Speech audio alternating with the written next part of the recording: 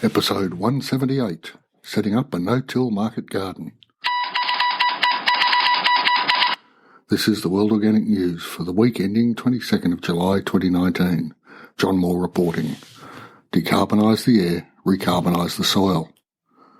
So this week I'm going to tell you about my project at work at the moment. I work in a disability service organisation and I've been given the job of setting up a market garden. So why would we set one up? Well, gardening is life. Some people's lives improve with soil microbes on their hand and getting into their gut microbiota. In a disability sense, plants are entirely non-judgmental, and there's also the possibility of employment later on. So the steps to get to this point have been many. Had a couple of days planning, laying out the area, working out the number of beds we're going to have. These will be 3 metres by 1 metre. 1.5 metres, sorry. And there'll be about 50 of those, 52. We've also got a large area that we're going to put down to spuds. Well, half of it to spuds and the other half to sweet corn, because we have the space to do that. There are challenges involved. I only work 3 days a week, 6 hours a day. By the time you take out turning up at people turning up at the program, an hour for lunch and getting ready to go home, that reduces the available time to about 4 hours. And as I said, it's a disability program, so as much time must be spent, probably more time must be spent with the individuals, making sure they're okay with what's going on and explaining things, making sure they understand what the task is that we're about to do. So that brings us down to about maybe 2 hours of gardening a day or 6 hours a week.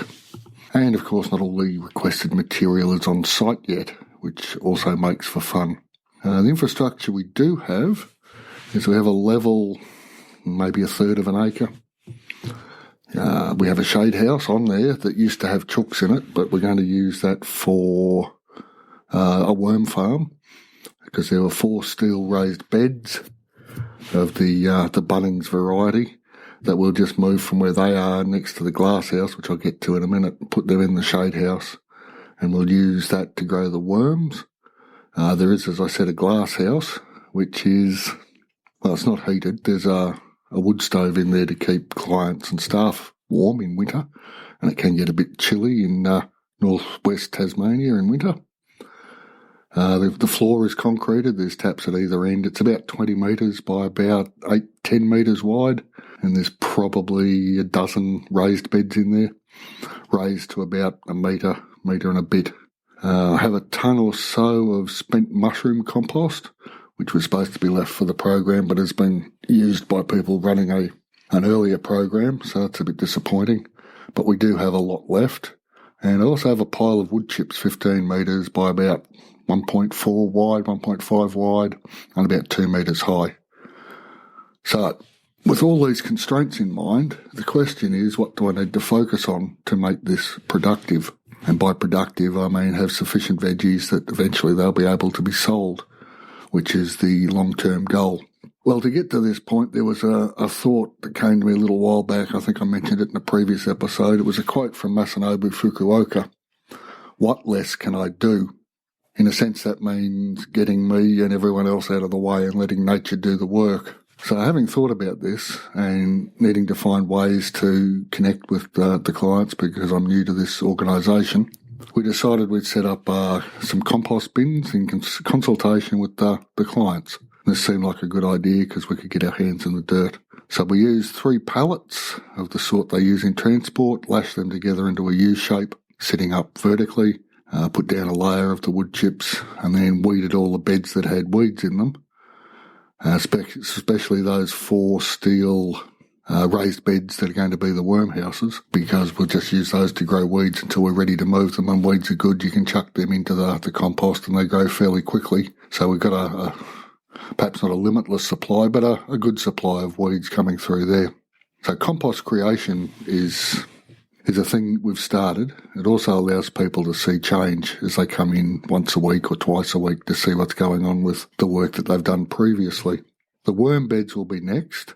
That's going to be a bit problematic because at the moment the raised beds have got rubble in the bottom 2/3 of them. So we've got workplace health and safety issues to consider. Not using any machinery. It's all being done by hand, as per the Fukuoka theories. So we'll work our way through that and just move them one at a time as we can. In the meantime, they're being used to create organic matter to go into the compost. The third of an acre or so of space has a track down the middle of it running east-west. We're going to have the beds running east-west. On the northern third, I guess, of the block, we're going to put the potatoes and the sweet corn. And on the back 2/3, we're going to have all the garden beds. Now, a lot of the garden beds will be put down to broad beans so that they can be used as a green manure. There may be some harvest from those, I'm not sure. But at this stage, we're looking to cut them down where they stand when they get to the flowering stage, so that we've got more organic matter to add. The garden beds, as I said, will be 3 metres by 1.5. We've got hold of a lot of cardboard that we're going to lay down first and wet that. Then we're going to put the mushroom compost in and spray that with some seaweed-based fertiliser to get some biological activity going on in there. Also the ashes from the fireplace in the glass house. That'll get tossed in as well to create more surface area for the microbes to live in. We're just waiting on the sleepers to arrive to be used as the garden bed edges. Tasrail may come through with that, we're not sure. We're just waiting for those to turn up. In the meantime, we're working on, as I said, growing weeds for the compost and doing some work in the glass house because it's been a bit cool. And when the wind blows in northwest Tassie, the wind really blows. Next week, we're looking at laying out the site. I've got a 60-metre tape measure so we can do some measuring and counting and that sort of thing. And we'll be marking out the beds with little star pickets that will mark out the northeast corner of each of the beds. Now, in the meantime, we're using the glass house to start everything. We've got cress growing, we've got basil growing, lots of rocket.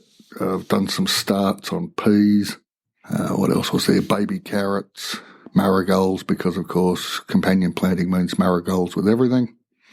These are the French variety, not the calendula. And maybe they can go off to the cooking program to be part of the edible flowers that may or may not be an idea for people to use. And there was something else I had in: carrots, rocket, peas, and marigolds. Yep. And people like to see those things because the rocket comes up quickly, so people can, within a week, we had sprouts showing with that. So that gives people a sense of achievement. Put the cress in last Tuesday, so we'll see. I heavily soak everything on the Wednesday because I won't be back until the following Monday, so it's sort of 5 days, which isn't a problem at this time of the year because it's not really that hot. The glass house just stops the wind. The roof of it's not glass, it's zinc aluminum, but with some every third panel replaced with clear plastic or fiberglass sheeting so that there's still light getting in. There's lots of things, there's lots of little things growing in there already left over from the previous program. So we've got some broccoli, Brussels sprouts, lots and lots of kale. But then kale, even if it's not used as a food substance, we can toss that into the compost as well. It's amazing just how much material is available for composting once you're on the hunt. That's something to take away for yourselves and keep an eye on where you live because there's bound to be compost available there as well. Okay. Also thinking perhaps not at work, maybe at home, but it might be worth trying at work because I have ordered some straw bales of pea straw, of trying some straw bale gardening where you just plant directly into the straw bales between the little biscuits of straw after it had been soaked in seaweed meal and that sort of thing, so it starts to rot down. Not sure yet. We'll see how we go. It might be a bit different, which gives something for people to look at.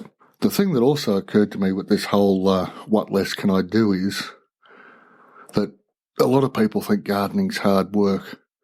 Now, the setting up here is going to be labour intensive because we're not using machines.